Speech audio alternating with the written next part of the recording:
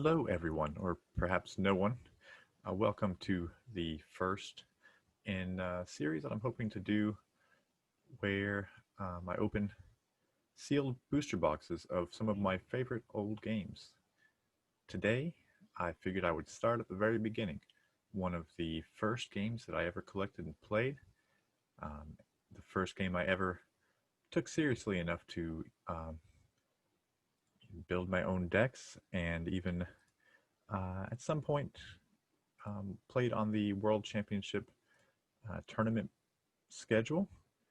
Um, this game is this came out when I was 10 years old, so that should give you some perspective on its age. And I think it held up quite well. It came out of production in 2006, and anything based on Star Trek is going to be good to some degree. This game uh, did a good job of capturing the essence of the Star Trek experience.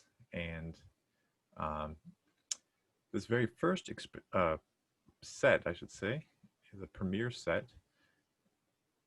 I played it when it was newly released, and um, the game has changed quite a bit since then. But I wanted to take us back right to the beginning. So this series is going to focus on opening these old boosters, reliving some memories, and uh, I'm hoping to, through a series of these box openings, um, collect an entire set of this expansion. Um, so with each box, I'll keep a running tally of what has been collected and what still needs to be collected. So if you're interested, um, watch my future videos, and together we can collect an entire set of, this would be the 1995 edition of the White Border Star Trek CCG. All right, so with all that being said, it's time to rip open this first box. And keeping in mind that in this first set, that, well, a lot of the early sets, all rares are equally rare. So finding any one particular card can be quite difficult.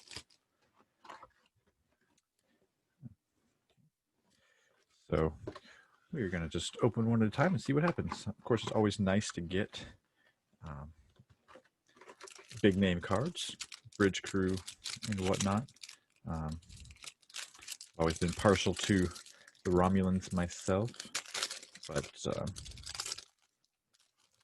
can't deny that pulling Picard or somebody like that is always going to be nice. It takes you back a little bit, huh? It's, some of these cards I remember from quite a few different decks over the years.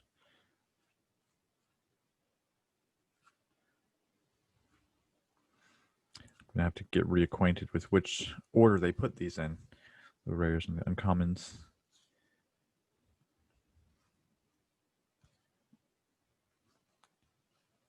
And to be honest with you, I'm not sure which one the rare in that pack was. So I'm going to, I believe it's actually Luxwana. So, yes, after checking on my checklist here, Luxwana is the rare in this pack. Not a big name, but important character nonetheless. Actually, I remember that actress is the wife of Gene Roddenberry, I believe. I'll have to double check on that, but can't say I had too many decks playing Luxwana.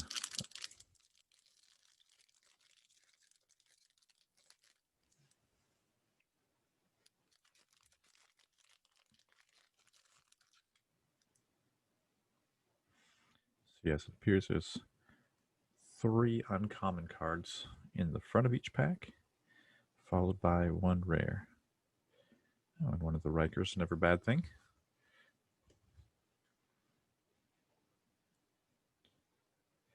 I remember this temporal rift being a pretty big problem early on. can really shut down a ship for a couple turns.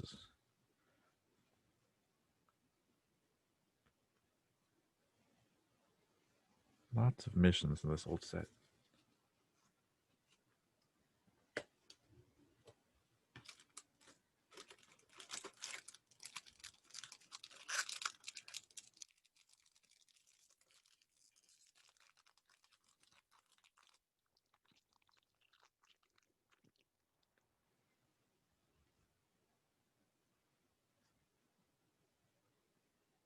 Dr. Rega, I remember him being useful in just about every deck, being non-aligned, having some pretty important skills, along with a high cunning.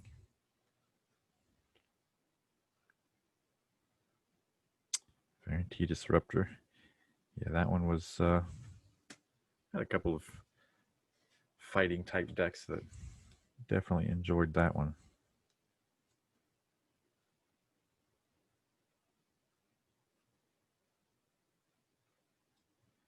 I always found it interesting they included holographic cards from the very first set. Had pretty limited usefulness at that point.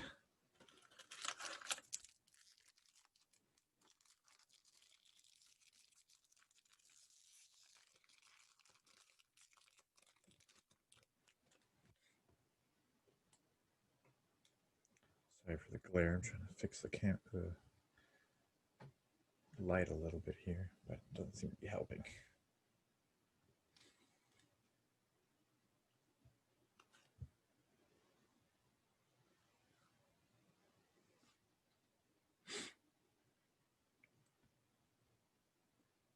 That was a good mission, 40 points. Definitely use that one often. Red Alert, oh, that's a common. It actually surprises me as overpowered as it is in this first set. Almost seems like it should have been a rare at least, but yeah, I can't imagine playing any deck without multiple copies of Red Alert because it just speeds up the game so much. The whole formula of draw one, play one can be quite slow. So the ability to just empty your hand really puts you over the top. That combined with some good draw is basically the cornerstone of playing in this Premier format.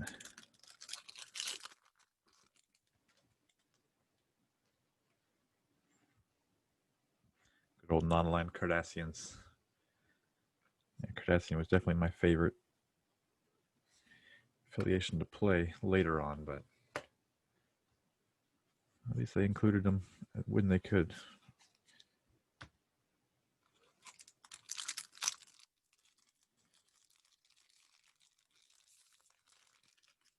Yeah, actually, this after playing second edition for so long, coming back and seeing a mission that just 2 skills for 35 points, no attributes required. I'll have to go back and replay this game just to remember how that feels. Baron, a pretty good spread of skills there. Oh, the Toxitot. Yeah, the Supernova decks. I had some pretty incredible cheese going on at a few tournaments. I think I have a few people who still have not forgiven me for those ones.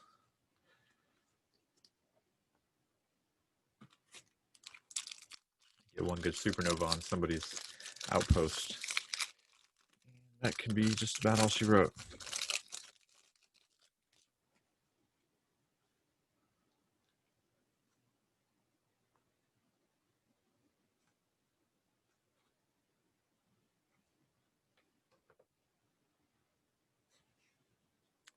Yeah, so many rare missions. I'm glad they corrected that in later editions. Yeah, opening up a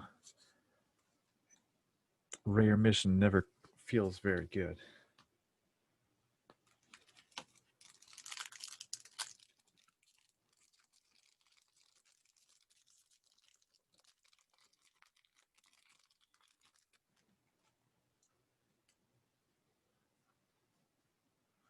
There's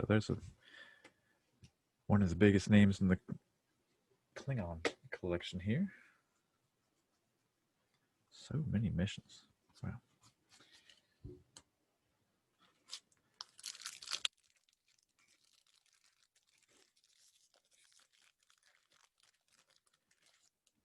I remember it being interesting, the Lursa and Bator's sisters having such low integrity with treachery and greed, made them not all that useful for a lot of the Klingon missions.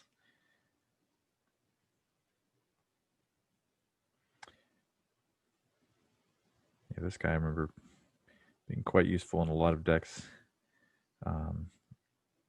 especially decks running treachery and Joe Brill as well. Some really good skills. Yeah, empathy was hard to come by. Oh, first rare ship. That's always nice. Set it right there.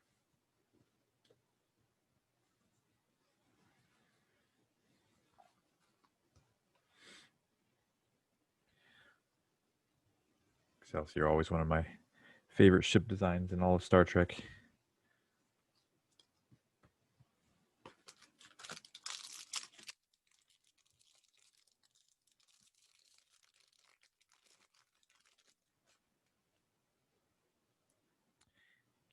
Fajo, another one of the staple cards in every Premier Edition deck. And then Raise the Stakes, one of the cards that was pretty much immediately banned from every format. Ooh, another mission. Hooray. That's all right. Still need them for our collection.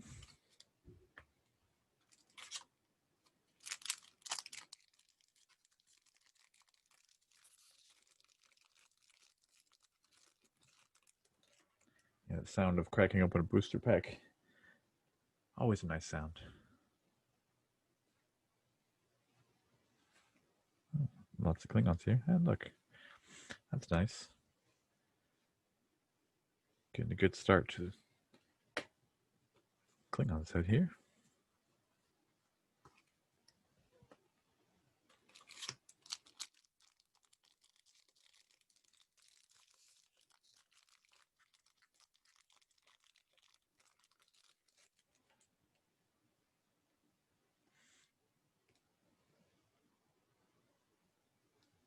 Nothing like an uncommon, unique character whose only skill is treachery. Not the most useful.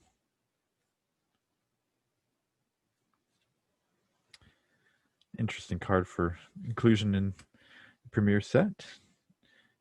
But they had a lot of these negate specific cards sort of inclusions.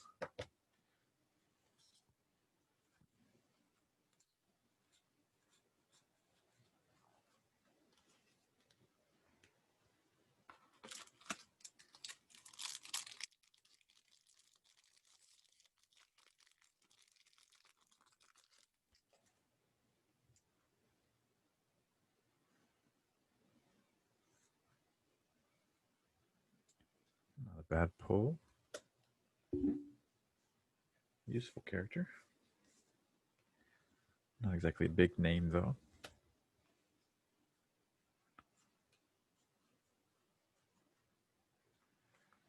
Yeah, just a surprising number of holographic characters in the set. Very strange.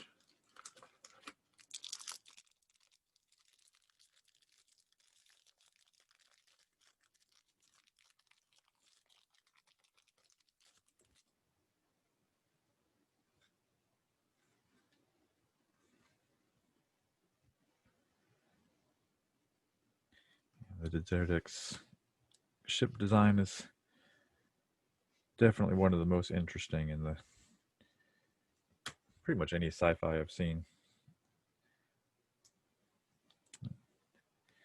Roborg. This was quite a fun one to collect large numbers of and really just mess with people. Later, when lots of card draw became available, having stacks and stacks of Roborg in your deck, you could just shut things down, especially with strength doubling effects and use of it at times.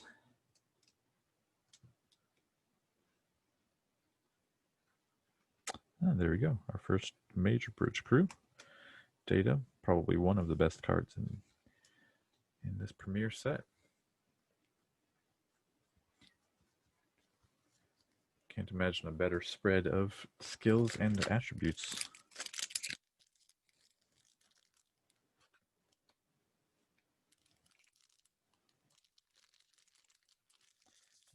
Interestingly, Data was the first card I ever paid money for as a single. I think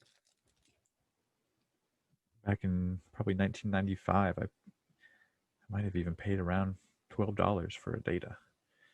I remember going to my local game store and they had all the characters set out in large, hard sleeves. Well, I can't even call it a sleeve, a case. Back then, they would put them in the cases with a screw if they were worth more than about $5. And remember my parents thinking I was crazy spending that much money for a single piece of cardboard. But I probably got $12 worth of enjoyment out of them over the years. One of these really nasty dilemmas here. Well, I guess that's not. I was thinking the second edition one that kills a bunch of people. This one can be quite annoying, especially in this first set where a lot of characters don't really have more than one, maybe two skills.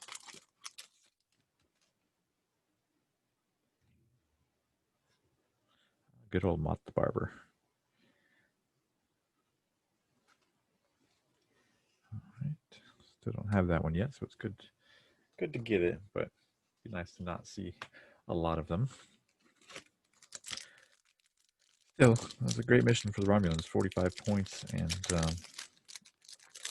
really common skills for Romulans.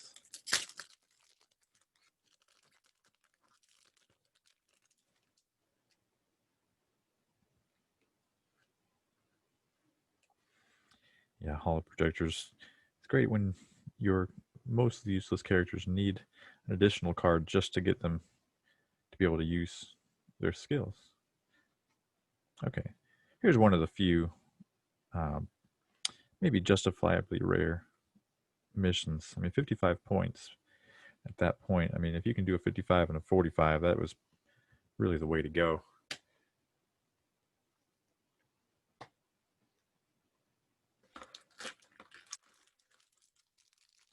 Still, it was a bit hard for Romulans and even Federation to get that much strength.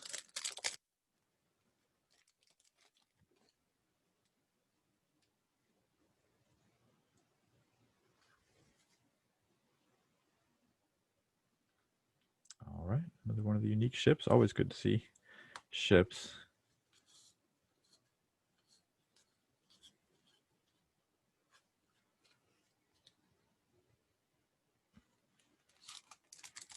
It's just really interesting to me to go back and see a lot of the design choices. I've always been very interested in game design and seeing what they included and didn't include. I mean, this was kind of uncharted territory. Oh, Horgan, one of the very useful cards. Double turns in any game is not to be scoffed at. But yeah, I mean, creating a new game like this that kind of doesn't have precedence. A game like Magic had existed, but this is so completely different. This and then of course Star Wars. They really were quite innovative with some of these designs, even if this game does seem a little bit simplistic going back to it, but they really were able to build on it well.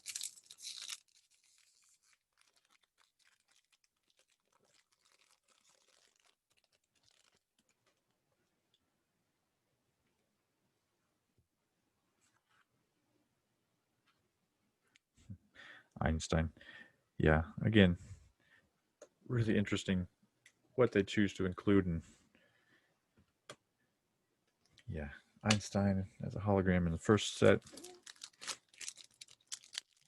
a little bit strange, but yeah, design choices were always a little bit quirky. Yeah, again, interesting. Selah, okay. As I said, I have a probably stronger interest in the Romulans than any other faction, and Selah was one of the. I guess looking back at her now, she doesn't seem that great, but a lot of skills and good attributes. Definitely a card I played a lot.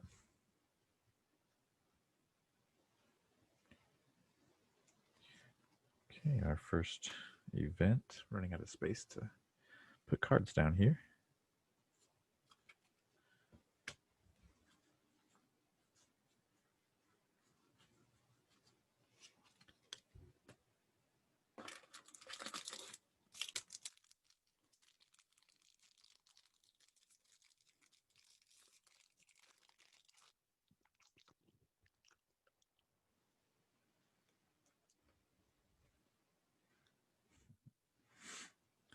Yeah. Oh, there we go. And got some of the old. I don't know what to call it. If it's a production issue or if that's just part of the original card. I kind of remember some of the other cards looking like that. But anyway, definitely nice to see Jordy along with Data, one of the best characters in the set.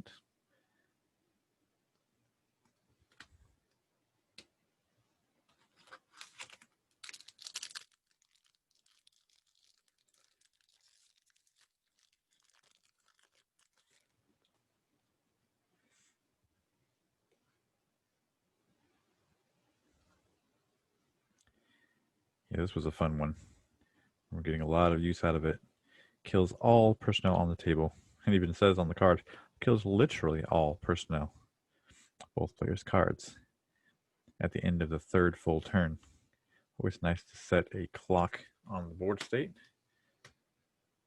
Especially when there was so little interaction. Killing everything on the board. Kind of a big deal.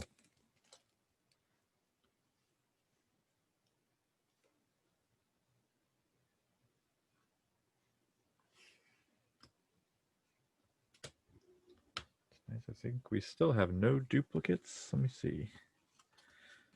All right. Yeah, no duplicates so far. That's good.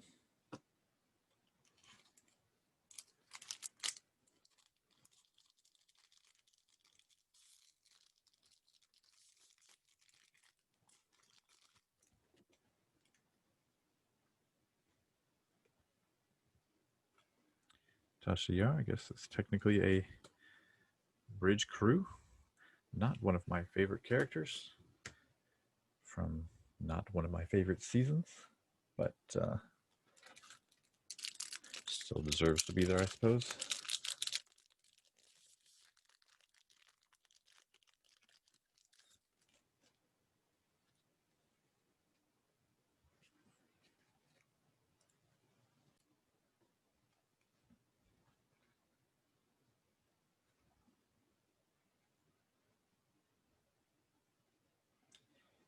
Yeah, this was one of those, again, it's when you have a limited design space, having such a specific card that just affects Soon type androids, which I'm not even sure if there was more than one android. And of course, it affects exocomps too, but I don't even think exocomp has a skill. But including that as a rare always seemed a bit funny to me.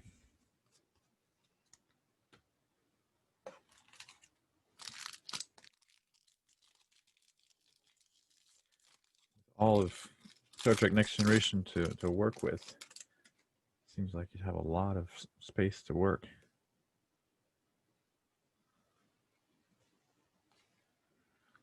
So many missions.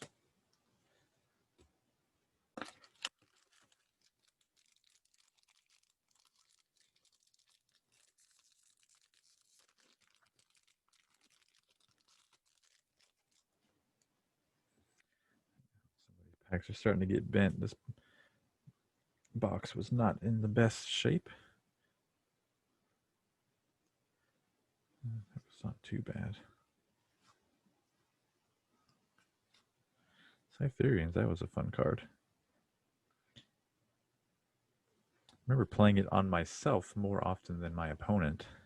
Scoring 15 points is a pretty big deal. It can put you on 2 missions instead of 3 for the win without having to complete another mission. So, yeah, getting bonus points from dilemmas was definitely a strategy I employed quite often.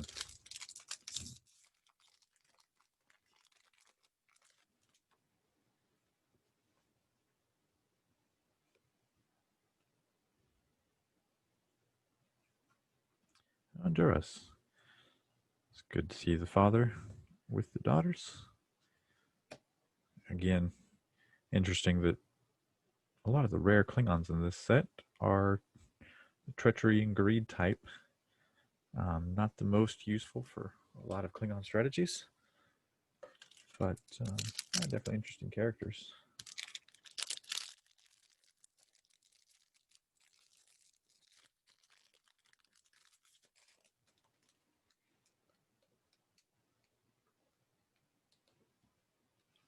Oh, there is Traveler.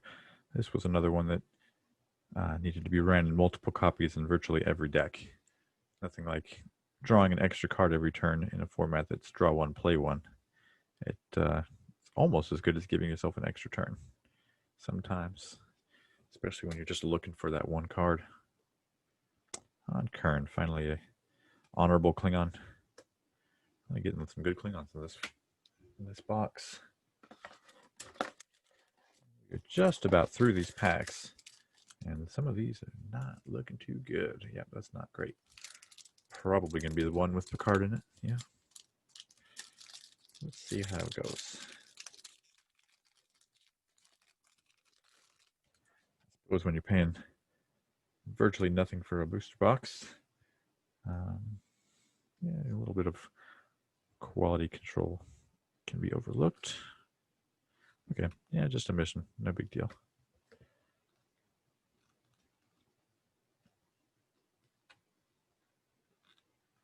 That's all right.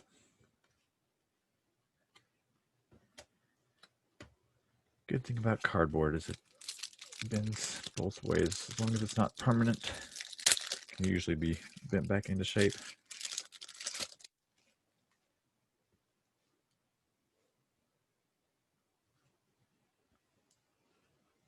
Rogodanar. Quite a good card. I mean, he's got everything you need. Security, biology, computer skill, a lot of the really important skills for passing dilemmas. Not to mention super high strength.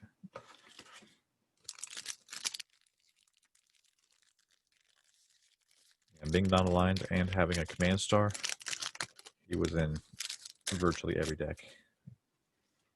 Second edition too, actually. The Tellurian Plague Ship. Here's another one that, as damaging as it is to play against an opponent, playing it on yourself and just scoring an extra 5 points sometimes can be quite useful. Ooh, and the Borg ship. There we go. Unfortunately bent a little bit, but yeah, this is one. Again, do you want to score 45 points or do you want to blow up your opponent's ship? And I mean, if somebody's playing Romulan and running a bunch of little scout ships with 4 shields, well, the Borg ship will solve that problem for you. Well, that does it for this first box.